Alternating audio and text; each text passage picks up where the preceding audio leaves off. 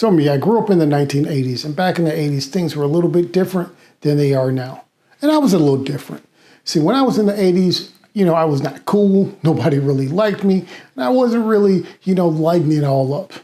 In fact, I was fat, basically ugly because, hey, nobody liked dark-skinned guys. And I was actually a relatively wimpy guy. In fact, a lot of people I grew up with said that, you're a sissy. And back in the 80s, sissy meant you're going to be gay. And believe me, that wasn't a compliment, especially for a guy who was under the age of 10. And you know what? I think that really did affect me a lot. Like I didn't have a lot of belief in myself.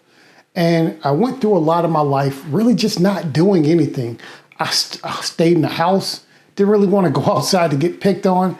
And I would just sit around and eat and watch cartoons and watch TV. And I did that for a really long time. So about the age of 10, my mom actually got me involved in being a Boy Scout. I guess it was a Cub Scout at the time. But really, what that was, it was just, I learned from a bunch of men who were probably a lot of young guys. Probably, they were grown to me when I was like 9 and 10. But these guys, they were in their early 20s and they taught me a bunch of different stuff. Like, how to go camping and how to change a tire. But actually being a Boy Scout, you get this Boy Scout manual and you put on this uniform every week and you go meet with a bunch of boys. And no one tells you really what you're supposed to do, but you have this manual and it's filled with a bunch of badges you can earn, and there are instructions on exactly what you needed to do to earn the badges, right? So you could learn to tie knots, and they showed you how to tie the knots, and you had to learn to tie a certain number of knots and then present it to somebody, and then they would actually test you on it. Or things like being for citizenship, they would contact your senator and write them a letter and then show the response back. Those were things that there were instructions on how to do. There was nobody pushing me to do it. All you got is you got your badge, you got to wear it on your uniform, and everybody knew you achieved something. So for me, I was like, let me try that.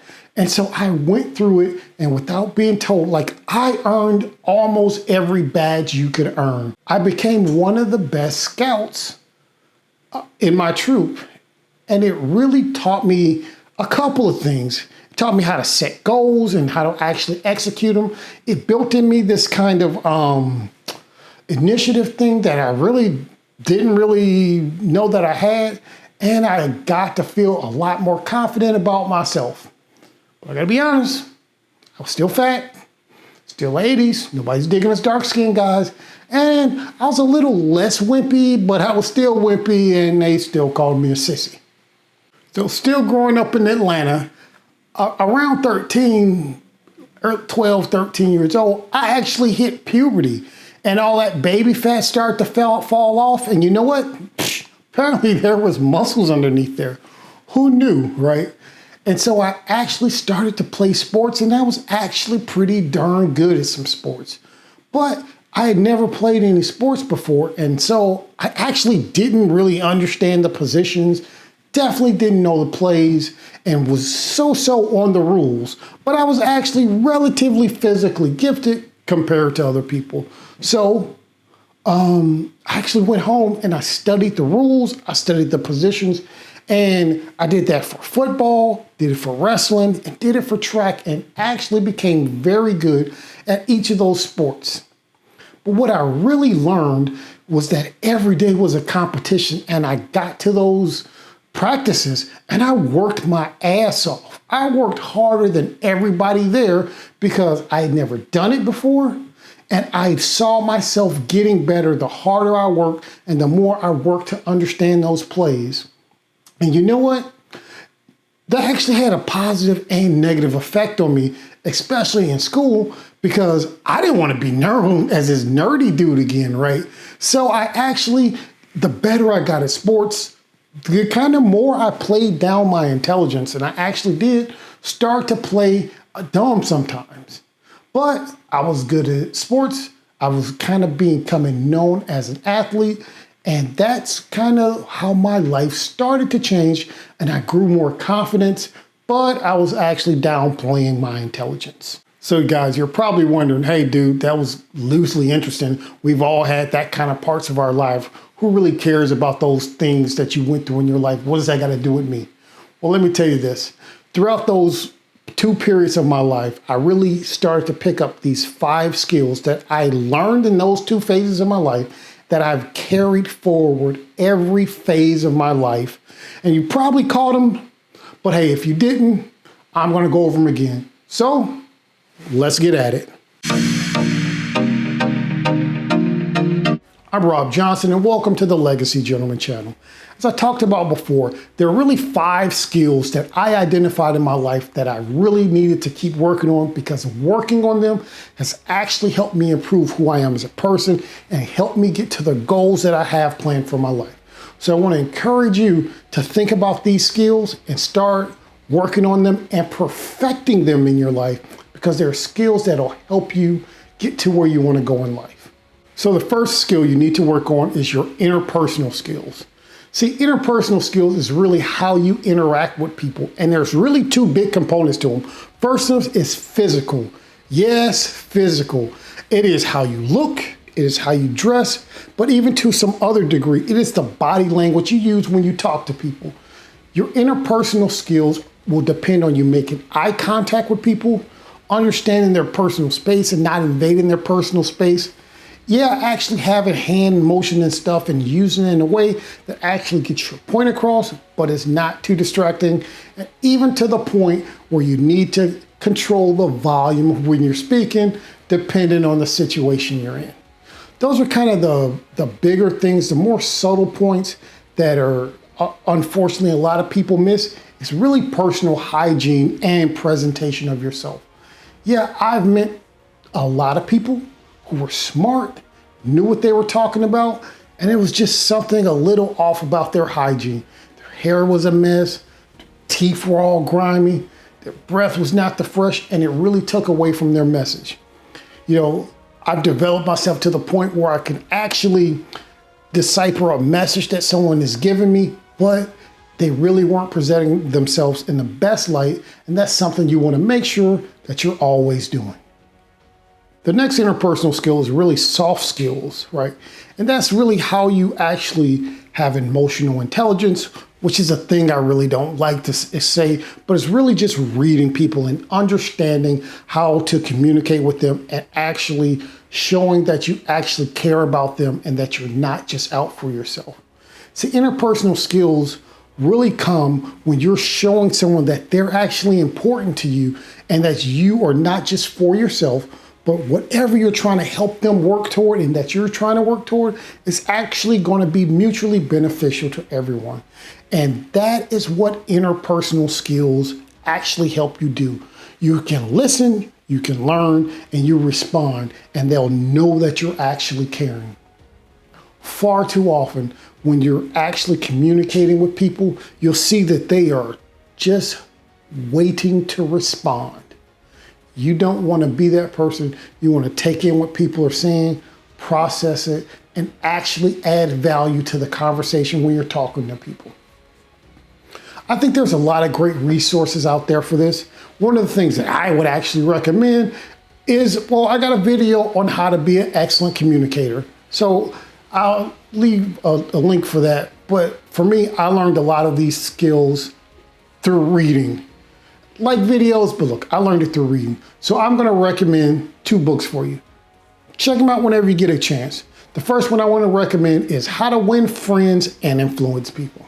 This is in general talking about relationship with people. It goes into business and sales, and it's an old classic novel, but it really talks about some people skills that we all really need to know. The other book I want to talk about is called Critical Conversations. In this book, we're actually talking about when there's important conversations where you got to deliver bad news, life-changing news, and the hard conversations that you really need to have with people, especially when you're leading in a business sense. So, critical conversations. The next skill that everybody really needs to work on, it is sales skills. See, I understand that a lot of people have probably been told you need to learn how to sell and really didn't understand how it applies in your life. But if you actually think about it, all of us are into sales. No matter if it's in your personal relationships, where you're actually trying to sell your ideas to people to get them to do what you want. If you're dating, and that's if you're just trying to hook up date or actually trying to find a long-term relationship, you're trying to convince them that you got the skills to, rock their world in the bed, or that you have the skills to actually lead them into the future they see for themselves. You're always selling. You're selling yourself, or you're selling your ideas. You're selling your ideas at work to try and get your boss to move in the direction that you actually want to go. Yeah, that's still sales. And even if you don't think you do any of those things at work, if you're in a job and you're expecting to get promoted because of your hard work, then you're actually selling yourself so that you'll actually get a promotion. These are all things that selling actually is. See, the best salesmen are not the people that trick you into buying stuff. It's not the, wiggly arm machines and the low prices and the, $500 haircut that actually sells. The best salesmen are the people that actually help you get what you want, to help you accomplish your goal, and do it in a manner that when you walk away, you've given up something, but what you receive is actually in excess of what you feel like you're giving up. You're meeting a need. You're having your thoughts and hopes and desires actually become closer because of this transaction that you've actually executed. That is what a great salesperson does, and that is what we all need to learn to do. And like I said, that's whether you're selling widgets or cars or homes or your ideas. Yeah, we're all salesmen, and you need to work on those salesman skills. All right, so Just Who I Am had made a video on sales, but I do recommend a couple of books. And for me, I absolutely love everything that Uncle G does. So Sell or Be Sold is a book I would absolutely recommend if you're actually wanting to get in this mindset of how to sell and what effective sales actually looks like. And for a more traditional book on sales, The Ultimate Sales Machine is another excellent book that goes you from funnel to leads and everything you need to know to actually build a perpetual sales machine in a more traditional way. The next skill is leadership skill. See, every man, woman, and child needs to learn to lead. And if you've ever watched this channel, you know I am a firm believer that men should lead. Men should lead in their family, they should lead in their community, and at a minimum, you should be a thought leader at your job. See, leading is one of those skills that you're going to have to learn to do because it is absolutely expected of you as you get older, you're going to get wiser, and you're going to literally gain knowledge that'll help other people. It'll help other people not make the same mistakes you've made. It'll help other people reach their goal. It'll help other people be better people. And that's what leadership is. Leadership is taking your values and actually shaping everyone in your life's course so they're moving down that path that's in line with the values that you've actually set for them and that usually that they've expressed are actually their values. Sometimes people get off track. Sometimes people lose their nerve and want to take a shortcut. But as a leader, you're going to be the one that helps them to stay on the right track. You're going to be the one that reminds them of their better self and their better angels so that they don't make mistakes that they will wholeheartedly regret. That's all part of being a leader. And that's what you need to be working on. See, there'll be plenty of people who will tell you, you need to learn to follow. Yeah, you do need to learn to follow.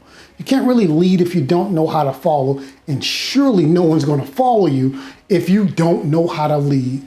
But no matter what your job is, men, you're supposed to be leading. Even if you're a boy and all the grown-ups around you are going down a path that you absolutely know is wrong, and that if you ask them individually, they'll tell you it's wrong. But since there's a group, they're all trying to go down it, you as a boy should take the leadership to direct everybody on the right path. That's what it means to be a leader.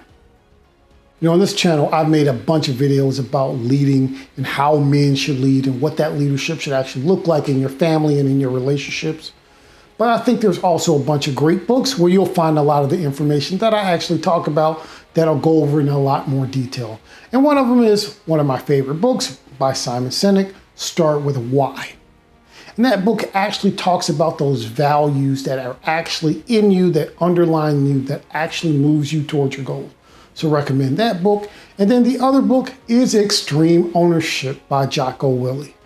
Great guy, great book, a lot of fun stuff that you'll see, but it's also talking about what leadership actually looks like in the place where I learned a lot about leadership in the military, in the Navy, which is where I spent 22 years of my life. Fourth skill you need to have and be in the process of perfecting is strategic thinking.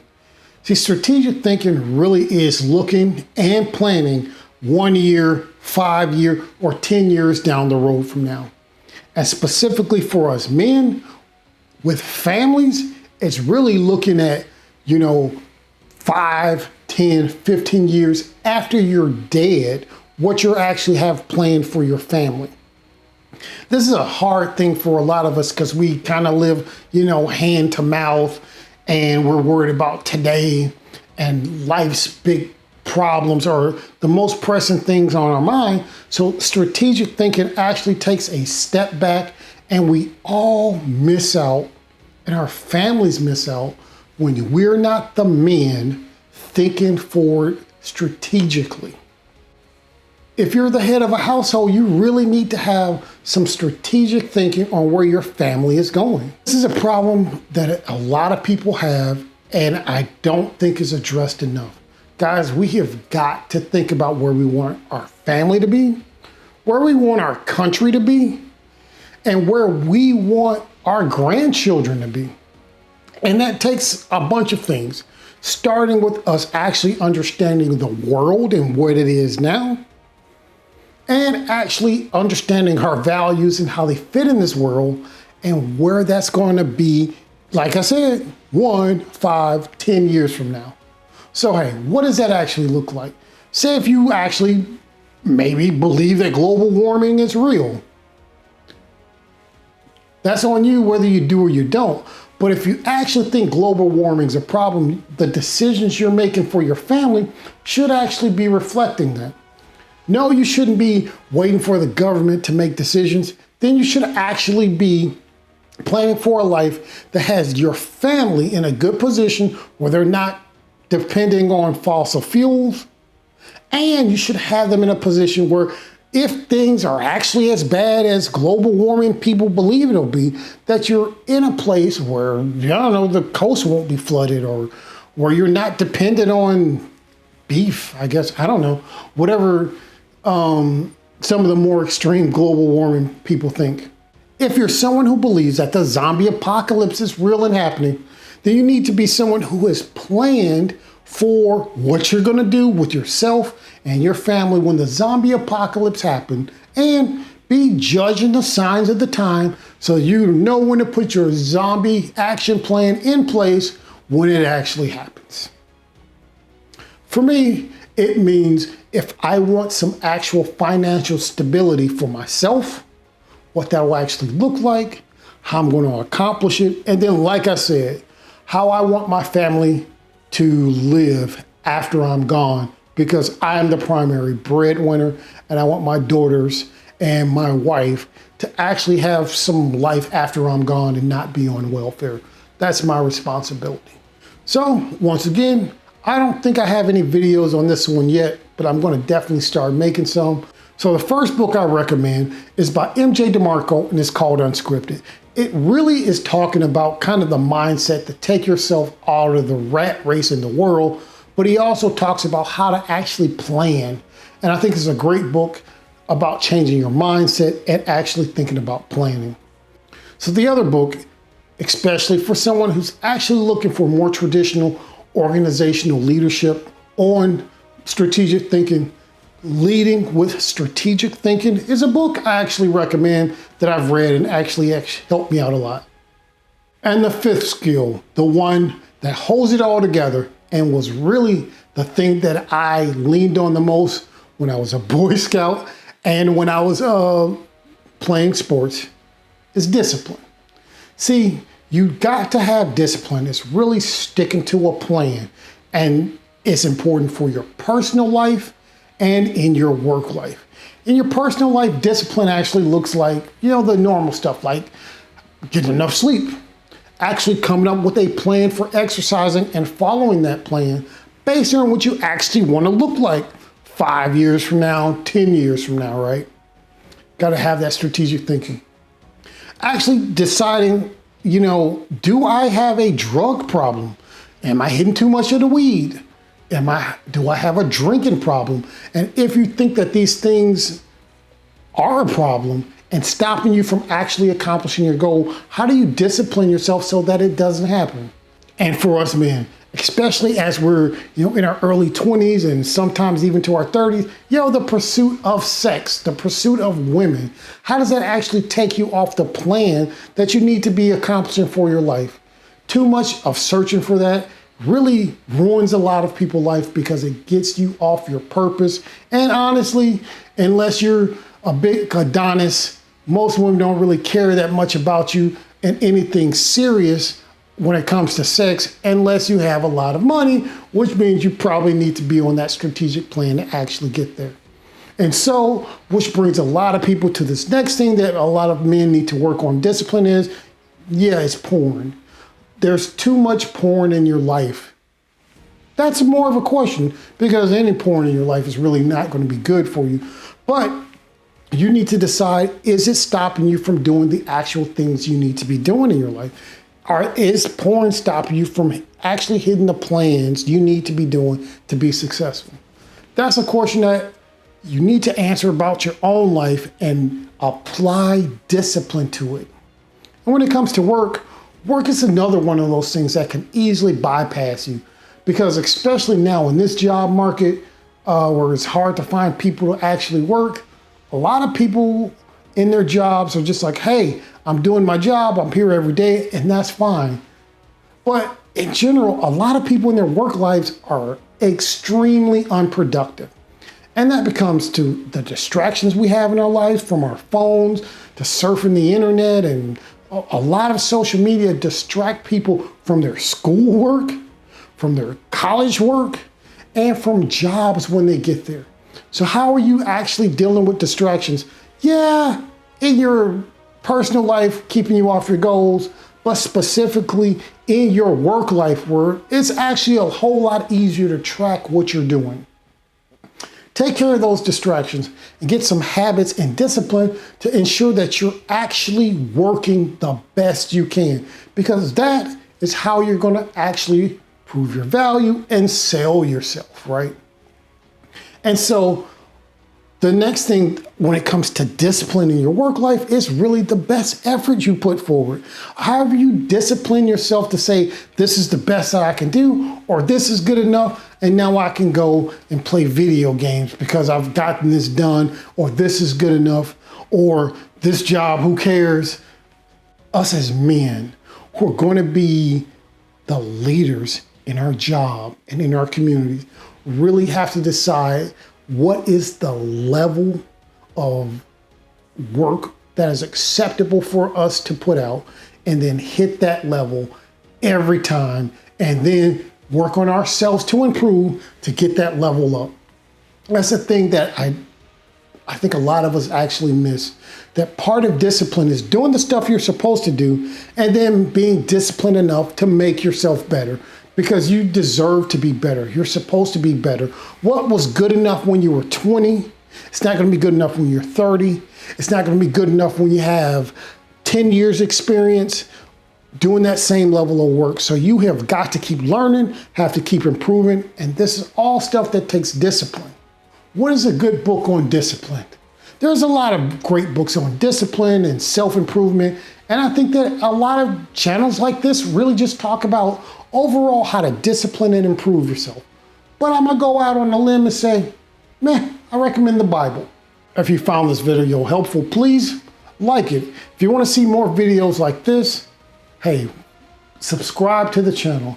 And if you thought I missed something, or you would like to hear me talk about something else, or just wondering if there's some other books I recommend, shoot me a line in the comments. I will absolutely respond.